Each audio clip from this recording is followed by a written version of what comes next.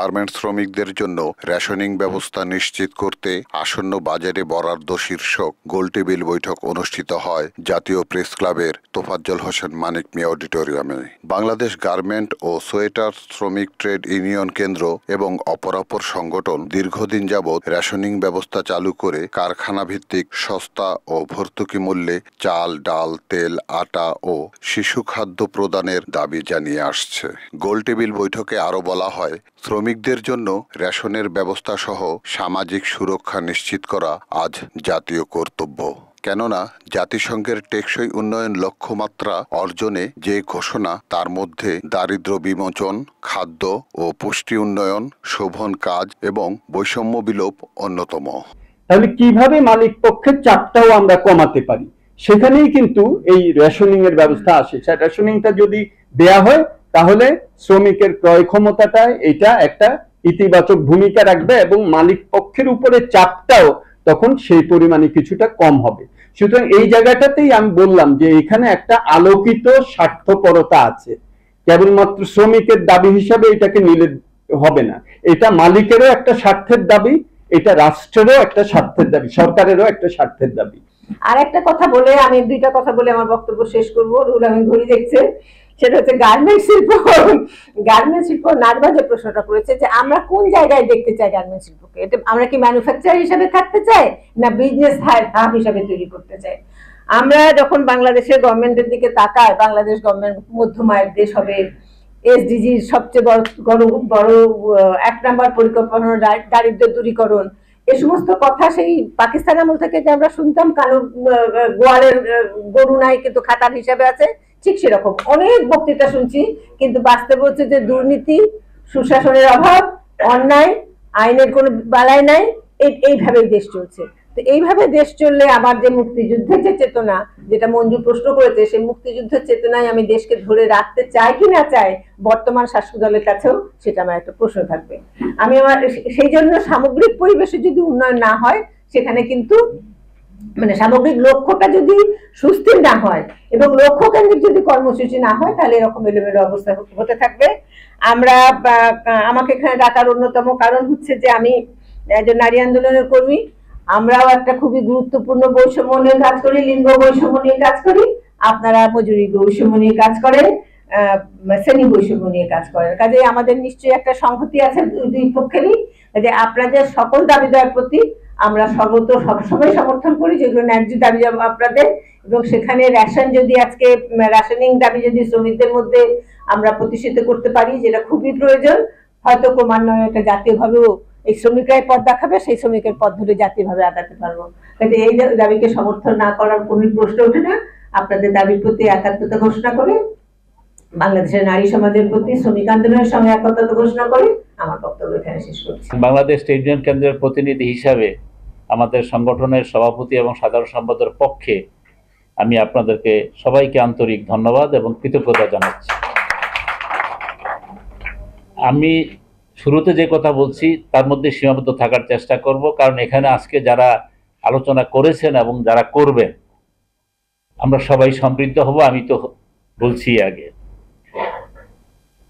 প্রতিপাদ্য বিষয়ের ব্যাপারে আমি খুব বেশি আলোচনায় যাব না। বিজ্ঞ আলোচকবৃন্দ এটার যৌক্তিকতা বিস্তারিতভাবে তুলে ধরেছেন এবং বাংলাদেশের বর্তমান অর্থনৈতিক অবস্থা, তার আকার, সামগ্রিক পরিস্থিতিতে এটা সরকারদের জন্য মোটেই কোনো কঠিন কাজ নয়। আমি যেহেতু একটা সংগঠনের কেন্দ্রীয় নেতৃত্বের প্রতিনিধিত্ব করি, কর্মী হিসেবে কাজ করি, সে জায়গায় যেহেতু আমাদের বিজিএম-এর ভারপ্রাপ্ত সভাপতি আছেন, সে প্রসঙ্গে একটু প্রাসঙ্গিক একটা কথা বলি।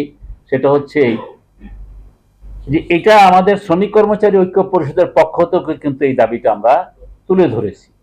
শ্রমিক কর্মচারী ঐক্য পরিষদের 9 দফা দাবি নিয়ে আমরা আন্দোলন করছি। অবশ্যই সেটা আমরা নিয়মতান্ত্রিক আন্দোলনের মধ্যেই আছি। আমরা মাননীয় প্রধানমন্ত্রীকে স্মারকলিপি দিয়েছি, স্পিকারকে দিয়েছি, কনসার্ন মন্ত্রণালয়কে দিয়েছি। দুঃখজনক ব্যাপার, আমরা কোথাও থেকে কিন্তু এখন পর্যন্ত সে বিষয়ে কোনো আনুষ্ঠানিক কোনো বৈঠক অথবা আলোচনার কোনো উদ্যোগ আমরা লক্ষ্য করিনি। আমি রাজনৈতিক কোনো আলোচনায় যাব না। আমাদের সংগঠন বাংলাদেশ ট্রেড ইউনিয়ন কেন্দ্র আমরা কোনো রাজনৈতিক দলের অঙ্গ সংগঠন নই, কিন্তু আমরা রাজনীতি বিবর্জিত না। কিন্তু আমরা মনে করি যে দেশ ভালো থাকলে, যেটা আমাদের এখানে আজকের প্রতিপাদ্য বিষয়, তাহলে যারা উৎপাদন করবে তাদেরকে অবক্ত রেখে দেশের উন্নতি তো হয় না, এটা তো সাধারণভাবে সবাই বুঝে। আর বিশেষভাবে যারা এন্টারপ্রেনার মালিক, তাদের না বোঝার তো কোনো কারণই নাই। আমরা যেটা লক্ষ্য করেছি, যেটা বঙ্গবন্ধুর কথা বলছেন, আমিও ব্যক্তিগতভাবে মুক্তিযুদ্ধে অংশগ্রহণ করেছি, মঞ্জু ভাই বললেন, অথবা এখানে অনেকেই ছিলেন, যে সোনার বাংলা বঙ্গবন্ধুর স্বপ্ন। ইভেন বঙ্গবন্ধুর সময়ে আমরা যারা সরাসরি বঙ্গবন্ধুর সরাসরি ভাষণ শুনেছি, তো আজকে বঙ্গবন্ধু কন্যা জননেত্রী শেখ হাসিনা দেশের উন্নয়ন করছেন। তো বঙ্গবন্ধু যেভাবে, যেই শ্রেণী, যেই মানুষকে যেভাবে দেখেছেন, তাদের ব্যাপারে ওনার যে দৃষ্টিভঙ্গি, বঙ্গবন্ধু কন্যা জননেত্রী শেখ হাসিনা সেই দৃষ্টিভঙ্গি কতটুকু পালন করেন আমি ঠিক বুঝে উঠতে পারছি না। যারা মালিক হবেন তারা তো চাইবেনই তাদের প্রফিট বেশি হোক, এটা কোনো মালিকের দোষ নয়। আর আমরা শ্রমিকের দাবি তো তুলবই। সরকারের ভূমিকাটা কি হবে? সরকার তো মালিকেরও সরকার, শ্রমিকেরও সরকার। কিন্তু এটা আজকে যারা আমরা বঙ্গবন্ধু, যারা মুক্তিযুদ্ধ, যে স্বপ্ন নিয়ে মুক্তিযুদ্ধ করেছি, আমরা কিছুটা আমরা চিন্তিত হয়ে যাচ্ছি। তাহলে দেশটা যাবে কোথায়? যদি এই সাধারণ মানুষ, গরিব মানুষ, মোর দেন 7 কোটির উপরে, 7,80,00,000 লক্ষের উপর হইল শ্রমিক, প্রাতিষ্ঠানিক, অপ্রাতিষ্ঠানিক, বিভিন্ন সবকিছু মিলিয়া। সুতরাং এই অংশ বলতে শুরু করেছে যে মালিকের এবং সরকারের আজকে আমরা কোনো ভিন্নতা লক্ষ্য করছি না। এটা আমাদের দেশের জন্য, সরকারের জন্য, অথবা মুক্তিযুদ্ধের নেতৃত্ব দানকারী দল আওয়ামী লীগের জন্য মোটেই সুখকর নয়। বঙ্গবন্ধু কন্যা জননেত্রী শেখ হাসিনার জন্য এটা সুখকর নয়। ব্যক্তিগতভাবে রেশনিংটা আরেক জিনিস। রেশনিং অল্প কথায় বলবো, এই রেশনিং ছাড়া বাংলাদেশের 17 কোটি মানুষকে যেভাবে জিনিসপত্রের দাম বেড়ে গেছে, এখানে তাদেরকে খাদ্যের যোগান দেওয়া অনেকটা টাফ হয়ে যাবে। সুতরাং সরকারকে এগিয়ে আসতে হবে, রেশনিং দিতেই হবে। এটা দ্বিমত পোষণ করার কোনো উপায় নেই।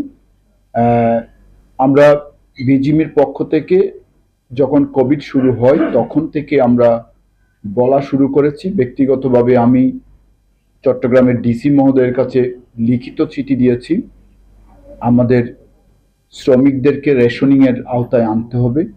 টিসিবির মাধ্যমে যদি সরকার এক কোটি মানুষকে, 1 কোটি পরিবারকে যদি স্বল্প মূল্যে, সুলভ মূল্যে, অর্ধেক দাম দিয়ে খাদ্যদ্রব্য বিক্রি করতে পারে, তাহলে যেই সেক্টরের উপর পুরা বাংলাদেশের অর্থনীতি, সেই সেক্টরকে অবশ্যই দেখভাল করতে হবে, সরকারের নৈতিক দায়িত্ব হয়ে গেছে। এটাকে ভর্তুকি বলবো না, কিছুক্ষণ আগে বলেছেন, এটা ভর্তুকি নয়, আসলে এটা হচ্ছে ইনভেস্টমেন্ট।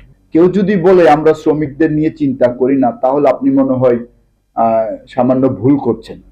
প্রত্যেকটা ইনভেস্টর প্রথমে চিন্তা করে তার শ্রমিকদের নিয়ে। প্রতিটা ইনভেস্টর যারা বিনিয়োগ করবে, আপনি যদি একটা মুদির দোকানও দেন, মুদির দোকানে যদি আপনি বসেন, আপনি শুধু মালামাল কিনে বসে থাকবেন, আপনি যেই লোকটাকে রাখবেন ওজন করার জন্য, টাকা নেওয়ার জন্য, তার দিকেও কিন্তু আপনার নজর থাকে। সেই যেন ভালো থাকে, তাকেও আপনি সহানুভূতিশীল দেখান। এটা হচ্ছে বাস্তবতা। সেটা আমরা প্রত্যেকটা মালিকরাই চেষ্টা করি এটা করার জন্য। আমরা যেটা বর্তমান প্রেক্ষাপটে আমরা যেটা অনুধাবন করতে পারি, যেহেতু ইনফ্লেশনের কারণে জিনিসপত্রের দাম বেড়ে গেছে, সেহেতু আমাদের যেই স্যালারি আমরা দিই সেটা অবশ্যই এনাফ নয়, এটা আমরা বুঝি। কিন্তু এই স্যালারি দিব কোত্থেকে? আপনি যে বলছেন আমাদের কম্পিটিটর কান্ট্রিগুলির সাথে কম্পেয়ার করলেন, কিছুক্ষণ আগে শ্রমিক নেতারাও বললেন, আমিও শুনলাম। আপনি একটু খোঁজ খবর নেন, তাদের ব্যাংক ইন্টারেস্ট আর আপনার দেশের ব্যাংক ইন্টারেস্ট কেমন, তাদের ইনভেস্টমেন্ট খরচ আপনার দেশের ইনভেস্টমেন্ট খরচ কেমন, আপনি বুঝে যাবেন। ওরা যদি 4.5 থাকে, আপনি 9.5, এরা যদি 5 থাকে, আপনি 12.5, তাহলে কেমনে হবে? Report Shahjahan Chowdhury, NNTV, Dhaka.